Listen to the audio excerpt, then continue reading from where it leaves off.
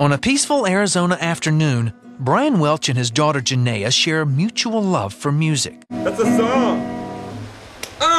But just a few years ago, Brian would have given anything for just a few moments of peace. I want to be here for Janaea. I wanted her to, she lost her mom to drugs, and I just need your help. Please, just help me, God. I said it from my heart.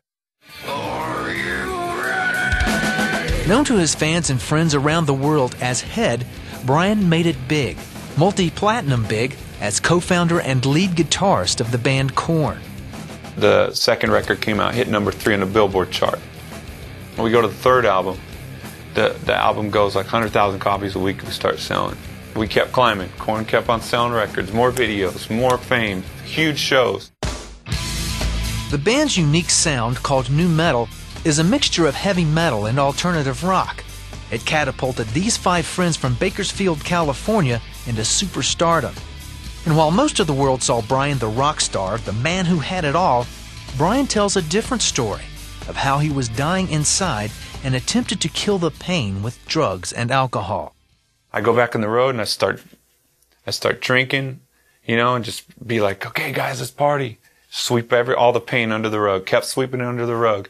While it didn't seem to affect his music, it had a devastating effect on his marriage. I'd go home and me and my ex-wife would do drugs and fight while Korn's just climbing up to the top. Brian tried several times to quit the drugs, but he was powerless to fight them.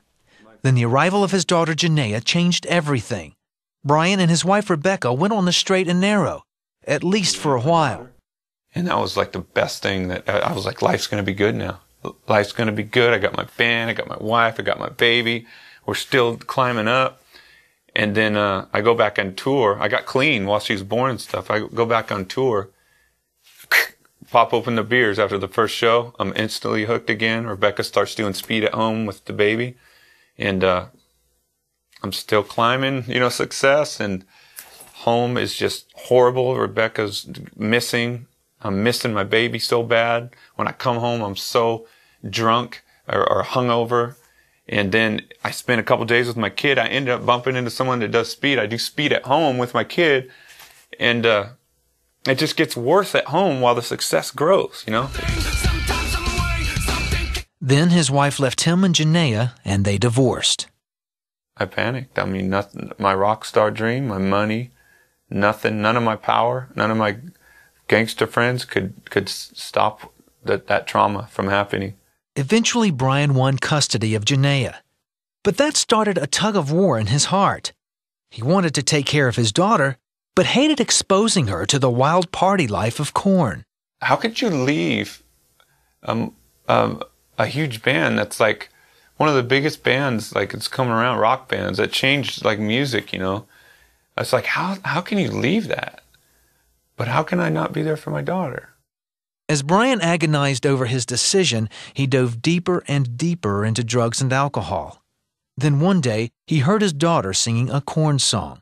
When I heard Janaea singing a Korn song called Adidas, it stands for All Day I Dream About Sex. It's like a party song, you know. And when she sang that, you know, she didn't know what she was singing, but it was like, well, what am I doing to my kid, you know? I felt like a loser, the biggest loser in the world. And that's when, around the time when I was having those thoughts, you know, I'm no good for this kid, you know. During that time, Brian went into real estate with 2 partners who happened to be Christians. They never troubled Brian with their faith until... At one point, you reached out to them. What happened? What made you reach out to them? And because you knew they were Christians. They actually reached out to me. Through an email, Brian told his partners how his life was falling apart. One of them replied with a verse from the Bible. "Come to me, all you who are weary, and I will give you rest." And I was like, could Jesus be real? I was thinking that in my mind. Is this guy not just a goody-goody? Could there really be a God? And is he calling me? And I was like, I looked up that scripture and I wanted it to be true. Eventually, Brian went to church with him. So we went to the service and the music came on and all these people went up to the front, started praying, and I was like, this place is weird. But I was drawn. I felt something going on. he said, does anybody want to receive Christ? And I did it for myself. I was like, and I said the prayer, went home, rolled up a $100 bill, laid out a big line of speed, snorted it, and said, I remember it perfectly too. I was clear. And I said, Lord, if you're real like that guy says, please take these drugs from me. I can't quit. I want to do them, but I want to stop. Brian snorted speed and read the Bible for a week, searching for answers. Then one day, and I felt this peaceful presence, and I started shaking a little bit, and I got goosebumps everywhere. And the first thing I felt was, I love you. And I was like, Father, I was frozen. I said, Father. I was like, this is God.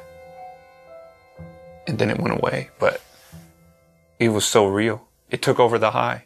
And when it went away, the drugs just was, my mind was like, that was just drugs or something. That wasn't real. That wasn't God. And so I did drugs all night long. The next day, I woke up and I had a feeling to go to my Bible. I opened it up and I pointed, and it said, the soul who sins is the soul who will die. And to me right then, I was like, I felt like God told me right there, I revealed myself to you last night. It's time for you to stop the drugs. It's time for you to be done. And I just was consumed with fear. I was like, I went and grabbed all my drugs and threw them in the toilet and just said, I'm done, God. I'm yours now. I'm yours. And this is the last time I did drugs. That's pretty major for that to happen, for somebody to be on drugs for so long. Yeah. It was a miracle. And to be totally clean. at that same time in 2005, Brian split from Korn and sent the music world into a spin. Brian, on the other hand, was baptized in the Jordan River and started his new journey. Well, how did it feel to be released from Korn? To tell you the truth, God was real. He revealed himself to me. He kept revealing himself to me. And I felt his presence at my house. He's speaking through my kid. Like, just all this crazy stuff was happening, and that's all that mattered to me. I was like, okay, that band stuff, the stardom, the money, everything, it doesn't matter anymore. It's God. God, it was so real that I was like, I don't care what I do the rest of my life. That was cheap. Brian has taken his responsibility as a father head on. And now, instead of lewd lyrics, Janaea hears her dad talking about the love of Jesus. Brian chronicled his story in a best-selling autobiography called To Save Me From Myself. He's also back in the studio working on a new album. Both the book and the music reflect Brian's journey from self-destruction into the loving arms of God. Why do you think God put you here on this earth? He put me on earth to have fellowship and intimacy with him. I mean, I'm going to spend as much time as I could possibly spend getting to know him every day. I don't want to waste any time. I wasted enough time. It's just, that's what I'm put on earth to do. Is be intimate with God, get to know him as much as I can in here, and let him fill me with his Spirit so he can do the work by bringing people into the kingdom.